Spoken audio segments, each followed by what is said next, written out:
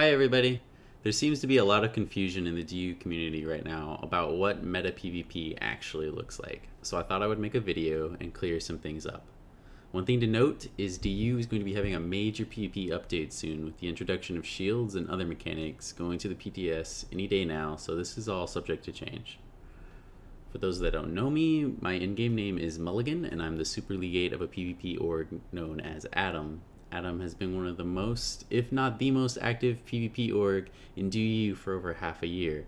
Atom is a member of the Alliance The Ascendancy, the largest alliance in DU, and as such has fought countless wars and battles. Over the course of beta, I have personally fleet commanded countless fights on the Alliance level as well for my organization. So with that out of the way, let's get down to some of the basics of Dual Universe PvP. I'll start off by saying I absolutely love Dual Universe's PvP. There's definitely a lot of issues with it, but I think it's incredibly fun. One of the most basic and best things about the current PvP meta is that it involves multi-crew ships. While it is possible to solo pilot and gun and engineer your own ships, typically you don't do that in most meta fights, the only exception being pirating, which is typically done solo. So the reason that multi-crew ships is so much fun is everybody has their own stake in the battle. Like, there's a very real loss. You can lose hundreds of millions. A lot of capital ships today are worth, in DU, is worth upwards of 350 to 400 million quanta. And this multi-crew environment is pretty fun. I just really like it. So there's three main roles in a PvP fight. There's the pilot, pretty self-explanatory. He controls the ship. Typically, the pilot is also the ship commander. He makes the decisions of where you're going to go. He keeps the guns pointed at the enemy. He kites out targets, say a missile boat versus a rail boat. The pilot would have to keep you at range, and just generally does whatever needs to be done to keep the ship flying and keep the gunners shooting. The piloting is pretty fun, and it also gets one of the coolest views for me personally as a fleet commander. It's easy to see what's going on. You actually get to see the ships flying around in space. It's pretty cool. Next up, we have the gunner. Gunning is pretty cool in that you get to see actual bullets being shot and you get to shoot people. The responsibility of a gunner can be call out enemy ship speed, call out speed changes, new people on radar, and stuff like that. Gunners have to manage the weapons. They keep the weapons loaded, keep the ammo containers loaded, and keep shooting at the enemy. The interesting thing about gunning is it's actually the most skill-intensive role. It's also the only role that actually gets to see explosions of the enemy ships. Gunning for a full max skilled gunner can take upwards of a year. It's for one weapon type, and there's 4 weapon types: cannons, missiles, lasers, and whatever the other one is. So yes. Next up is an engineer. The engineer is a lifeblood of a PvP ship. The engineer keeps elements alive and tanks the damage. Typically, in a typical fleet, you want a PvP ship and that's expecting to get a fight, you want at least one engineer to keep the elements alive. Usually, the engineer cycles between, say, tier 3 and tier 5 scrap. Tier 5 scrap is incredibly powerful, and one engineer with skills using T5 scrap can tank and keep all of the elements alive against 3 or 4 enemy gunner ships. Engineers are incredibly powerful, especially on capital ships. Typically what we would run would be one engineer, and you can actually repair while in VR. So during a fight, a person might call out that their ship is being focused by an enemy fleet, and then extra engineers who are just kind of sitting around not doing anything can actually VR to that ship and help repair, albeit without good skills.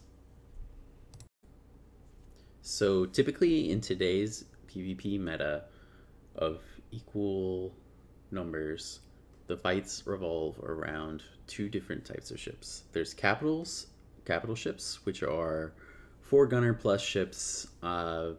These are big, massive ships. They have tons of armor, tons of weapons, 6 people per ship. They deal out tons of damage. They're expensive. They really dominate the battlefield. Especially on bigger fights when there is 30, 40 plus people, capitals really seem to dominate. There's also more of the skirmish, everyday, just messing around kind of ships.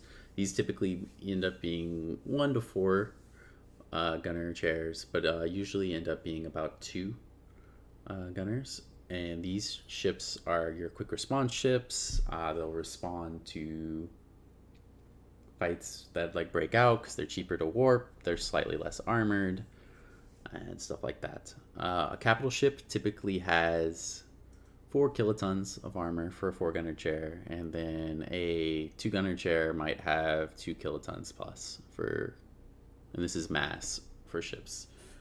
For people who don't know, the HP of a voxel is relative to its mass, the only difference being resistances. So that's how you can figure out the tankiness of a ship. Right now, especially after the mission patch, most people are fighting over missions and there's not a lot of big fleet fights happening. So for example, the Ascendancy kind of has their routes that they like to go. The Ascendancy is in a special position that it can always have somebody on and available and a big fleet available to warp in and save somebody when they're under attack. So for example, when we run missions, we can send it go straight down the pipe. Pipe is the shortest point between 2 planets to complete the mission, which saves us a lot of time, and we can just ignore it even if we're getting scanned by pirates and the like. So because of the ability to drop out of warp that DU has implemented recently, most of our fights recently have been about us trying to get income from missions and pirates trying to attack our mission runners, with the Ascendancy military trying to respond to that and defend our ships once they're under attack. So to reiterate a few points, ships are typically built really tanky right now. For me, that's probably one of the biggest issues, is there's no way to slow down a ship, there's no way to disable a ship. Once it gets up to speed, it's always going to be up at speed. So ships are built really tanky. As I mentioned earlier, a capital might have 4 kilotons of armor, while a normal skirmish ship might have 2 kilotons of armor. For people who don't know, 2 kilotons of armor for 4 people, which is 2 gunners, in a 1v1 fight, it would take over an hour to core the ship. Not if you're lucky. It can take even an hour and a half longer, depending on what weapons you're using and if you get a lucky shot on the core or not. So that makes these ships super, super tanky. With the introduction of shields, I know DU is going to be changing a lot of that. There's a lot of speculation happening, and I have absolutely no idea how DU is planning on implementing these shields, but we're all really looking forward to seeing what's going to come. Alright, so for TLDR, Dual Universe PvP is a lot of fun. Grabbing a couple of your friends and going out and shoot somebody is one of the most fun things you can do in DU PvP, and is honestly the most fun I've ever had in a space game doing PvP in general. The meta is capital ships, 6 people, 4 gunners, lots of armor, lots of engines. They go fast, burn a lot of fuel, but they never die. They use T5 scrap to repair and just absorb incredible amounts of damage. The meta is about forcing a ship off the field and not capturing it or destroying or even disabling a ship.